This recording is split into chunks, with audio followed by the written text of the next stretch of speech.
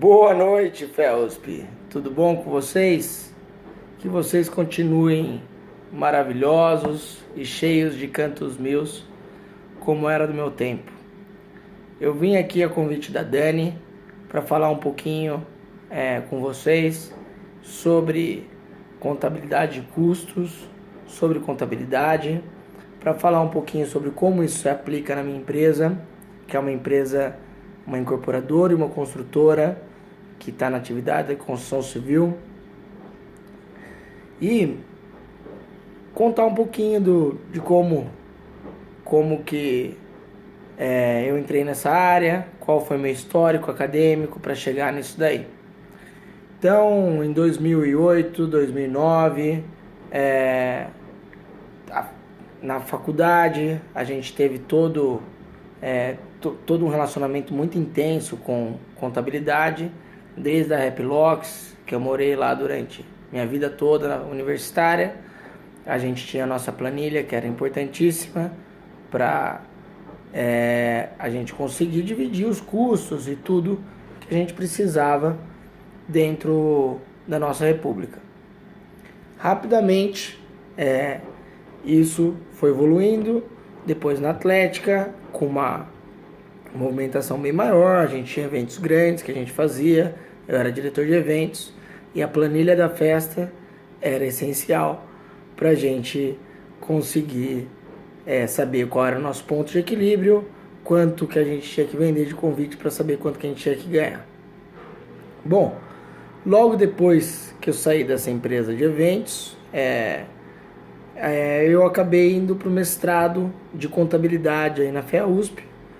Antes disso, fui estudar um ano na Argentina e fui fazer uma especialização em projetos, que é bem relacionado, tem todos os princípios de contabilidade bem inerentes a projetos. E saindo de projetos, eu fui fazer mestrado em contabilidade. E junto com o mestrado na contabilidade, comecei a trabalhar como comprador numa construtora. E daí, como comprador nessa construtora, eu vi a oportunidade de pegar um dinheiro emprestado. Me demitiram na construtora, porque o prédio que estava sendo feito acabou. Mas eu vi uma oportunidade de pegar um dinheiro emprestado a uns juros baixos, 8, 9% ao ano, e começar a fazer casinhas. Então, eu comecei fazendo 2 casinhas com esse dinheiro de R$100 mil emprestado.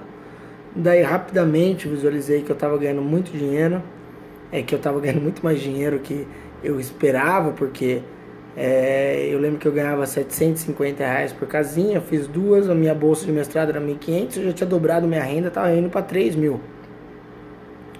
Daí rapidamente eu fiquei seduzido por isso, arrumei mais 100 mil e comecei a fazer mais 2 casinhas. E assim foi, arrumei 500 mil, comecei a fazer mais 10 casinhas. Daí, quando eu visualizei que eu estava fazendo 10 casinhas, meu salário era de acordo com casinha que eu fazia por mês. Eu fui na Vila Madalena, arrumei um restaurante, convidei todo mundo que tinha dinheiro para ver o meu projeto. E daí eu arrumei R$1 milhão. Quando a gente arrumou R$1 milhão, eu percebi que realmente eu tinha montado uma construtora, que eu já estava com 40 unidades, tinha acabado de me formar e que isso tinha dado certo.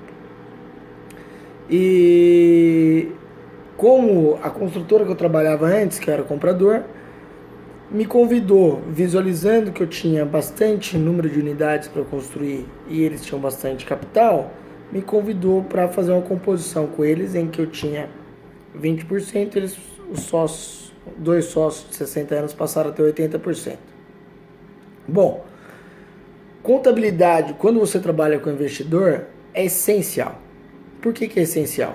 Porque você precisa da contabilidade para você demonstrar os resultados. Quando eu estava lá na Vila Madalena apresentando meu projeto para os contadores, eu fiz uma promessa do que ia ocorrer, do que ocorreria, como seria.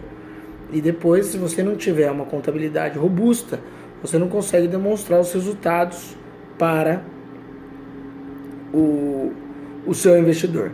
Então, a contabilidade é muito importante o tempo todo para você analisar seu negócio macro, e depois, para analisar o micro, ter contabilidade de custos e contabilidade gerencial. O nosso tipo de negócio tem dois tipos de negócio, a gente aprende na teoria. Empresas M-Form e empresas P-Form. O nosso tipo de negócio é uma empresa que trabalha com P-Form, projetos form, ou seja, cada incorporação, cada construção, cada prédio, cada lançamento é um projeto, tá? É diferente de uma empresa que trabalha com custo variável o tempo todo, trabalhando com o custo da matéria-prima para produzir determinado carro. A gente não, a gente trabalha com projeto. E a peculiaridade de você trabalhar com projeto é que aquele projeto tem que ser orçado antes dele começar. Então, como que funciona você orçar um projeto antes dele começar? Você tem o projeto aprovado na prefeitura. Esse projeto aprovado na prefeitura, ele deriva vários outros projetos, ou seja, hidráulica, elétrica, estrutura, fundação, e assim vai, todos os projetos específicos que tem para a construção de um prédio. E daí várias pessoas, engenheiros, vão lá e administradores vão lá e orçam quanto que custa para executar aquela quantidade de serviço a aquele determinado preço. Então é montado um orçamento. A hora que é montado um orçamento, a gente tem uma base de quanto que a gente vai gastar. A gente já tem nosso plano de vendas, que não pode ser mais baixo do que o nosso custo. Bom, e daí a gente tem um orçamento. Para você controlar um orçamento, a construção civil, por exemplo, tem mais de 2.500 itens que vão em um único prédio. Então é muito difícil você conseguir previamente estabelecer tudo que vai. Mas como que a gente funciona? A gente funciona o quê? A gente estabelece todos os custos no orçamento. Na empresa, com a tecnologia da informação e com tudo, esse novo sistema de gestão, a tecnologia da informação em si, que fez a gente mudar e conseguir captar muito mais informações do nosso negócio que a gente conseguiria há tempos atrás. Então eu contratei um TI, esse TI desenvolveu um sistema próprio para minha construtora, em que tudo é embasado no orçamento. Então a gente fica lá 3, 4 meses trabalhando no orçamento, estabelece tudo que vai ser gasto na obra, e a partir desse momento em que tudo está bem estabelecido, a gente consegue deixar a empresa mais fluida. Ou seja, o gerente do projeto que vai assumir esse orçamento, a gente faz o orçamento, esse orçamento é homologado pela diretoria da construtora. A partir do momento que ele é homologado e validado pela diretoria da construtora, o engenheiro pode pedir tudo que está no orçamento e ele pode, e o comprador pode comprar tudo que está no orçamento ou contratar, depende se for mão de obra, ou se for empreiteiro, ou se for material. Eu trabalhei quase que dos 7 anos, 5 anos eu trabalhei só com mão de obra terceirizada.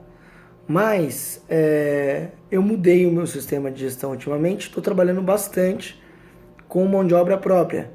Hoje em dia, 60% da mão de obra que faz meus prédios é mão de obra própria. Então, no macro, como é que a gente faz nossa contabilidade de custos? Como é que a gente controla? Tudo é embasado num orçamento. Tudo que está dentro do orçamento, o gerente, o comprador pode solicitar e a obra vai andando tranquila. Tudo que é fora tem uma série de autorizações, é super difícil solicitar e acontecer. Então, esse orçamento tem que ser muito bem feito para não travar a obra e também tudo que passa fora do orçamento, às vezes pode ser algum problema do engenheiro ou comprador que estourou uma compra. Bom, isso tudo tem que ser avaliado no dia a dia, por que determinada coisa está saindo do orçamento. Resumindo, essa é a maneira que a gente trabalha do planejamento até execução, e no fim a gente tem uma comparação no fim do empreendimento, em etapas do empreendimento, a gente trabalha tudo com código, ou seja, isso aqui é a fundação, isso aqui é a estrutura, e a gente vai comparando quanto que o que aconteceu no financeiro se desloca do que foi planejado. Então a contabilidade de custos a gente vai trabalhando em cima disso e a gente vai avaliando como que a gente pode melhorar, no que a gente pode mudar e como que a gente pode evoluir. Essa contabilidade para a gente é muito importante, porque sem isso você não consegue enxergar o que está acontecendo na sua empresa.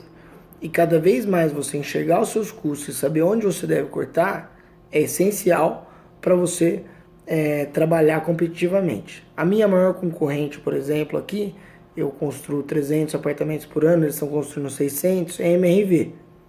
A MRV é uma empresa que o projeto dela é feito em cima de custos, tudo em cima dela é feito em cima de custos. Ela tem a mesma planta, ela trabalha tudo em cima de custos.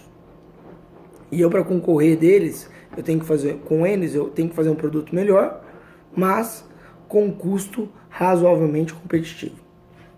Bom, falando disso, de custos, o que mais que eu posso falar para vocês? Sobre mão de obra. Estava contando para vocês que eu mudei o sistema de gestão aqui de mão de obra terceirizada para mão de obra própria.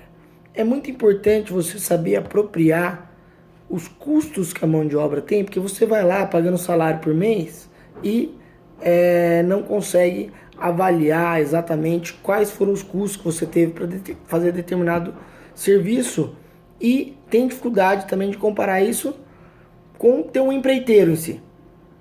Então, como que eu fiz? Apesar de ter contratado todas as mãos de obra própria, eu estou funcionando como um empreiteiro interno da própria empresa. Ou seja, eu tenho os custos que são para determinados serviços. Por exemplo, meu custo que eu pagava antigamente para fazer alvenaria estrutural era R$ 27,50 o metro quadrado. O que eu estabeleci? Eu visualizei que é mais barato ter mão de obra própria porque não tem o imposto, não tem o lucro e a gente ainda consegue treinar melhor nossos funcionários e trabalhar com mais eficiência. Mas tem toda a questão do incentivo, do como que o funcionário vai trabalhar sendo que ele é registrado sem incentivo, não é mais por metro quadrado, o empreiteiro empurra o funcionário. Então o que a gente fez é trabalha com bônus e trabalha com contabilizar todo mês o que foi produzido, quanto que isso geraria de custos para a minha empresa, para com o plano no mês, e eu exijo para a meta ser 100% para os engenheiros e para todos os funcionários, é que a Complano tenha 15% de lucro sobre o que teria sido feito se fosse só um empreiteiro fazendo. Ou seja, se o empreiteiro tivesse realizado R$100 mil de serviço, a Complano fazendo a mesma coisa tem que custar 85 mil. Se isso ocorrer, quer dizer que eles tiveram uma produtividade boa e eu consegui a minha redução de custo esperada. E a gente normalmente, quando trabalha com mão de obra própria, tem uma qualidade superior no serviço entregue. Então, é muito importante o tempo todo você estar avaliando custos, porque sem os custos você não consegue estabelecer meta, você não consegue estabelecer incentivo, você não consegue estabelecer parâmetros para você saber o que você tem que fazer e como você vai trabalhar dentro da sua empresa. A contabilidade financeira, ela é para trabalhar o macro da sua empresa, e a contabilidade de custos e gerencial é uma das coisas mais importantes. Um dos grandes conflitos que eu tive quando entrei na empresa, sabendo que a contabilidade gerencial, a contabilidade de custos é muito importante, foi que o orçamento antigamente ele era usado simplesmente para uma análise macro. A gente mandava isso para a caixa avaliar quantas unidades a gente tinha que vender para saber qual era o nosso ponto de equilíbrio e como é que a gente ia, qual era a nossa saúde financeira de determinado empreendimento. A partir do momento que eu transformei o orçamento como uma ferramenta de contabilidade gerencial, ou seja, você só pode pedir o item que está orçado. Ou seja, o que não está no orçamento, você tem que pedir como extra e vai passar por uma avaliação. Isso foi um choque dentro da empresa. Por quê? Porque é muito difícil você orçar um prédio todo e lembrar da biboca da parafuseta o tempo todo. Mas, a hora que você consegue, de um grau de assertividade, de primeiro 70%, depois 80%, depois 90%, depois 95% e depois 98%, e só sobra a biboca da parafuseta mesmo, você percebe que o seu trabalho fica muito melhor planejado, muito melhor orçado e você consegue manter o controle sem perder velocidade. Ao contrário, você ganha, porque quando você tem um orçamento robusto, o engenheiro que vai solicitar ou a pessoa que vai planejar determinado serviço já tem uma avaliação. Ela tem que checar essa avaliação, mas já tem uma baita avaliação de tudo que vai ser necessário para executar determinada etapa da obra. E com isso a gente consegue controlar os custos o tempo todo. No fim de tudo isso, a gente tem que fazer um balanço do que ocorreu nos nossos custos. Tem que fazer uma avaliação, na verdade, para não confundir vocês, do que ocorreu. Estouramos. Aonde que estourou? Em que item estourou? Então a gente divide cada serviço por códigos e trabalha dessa maneira.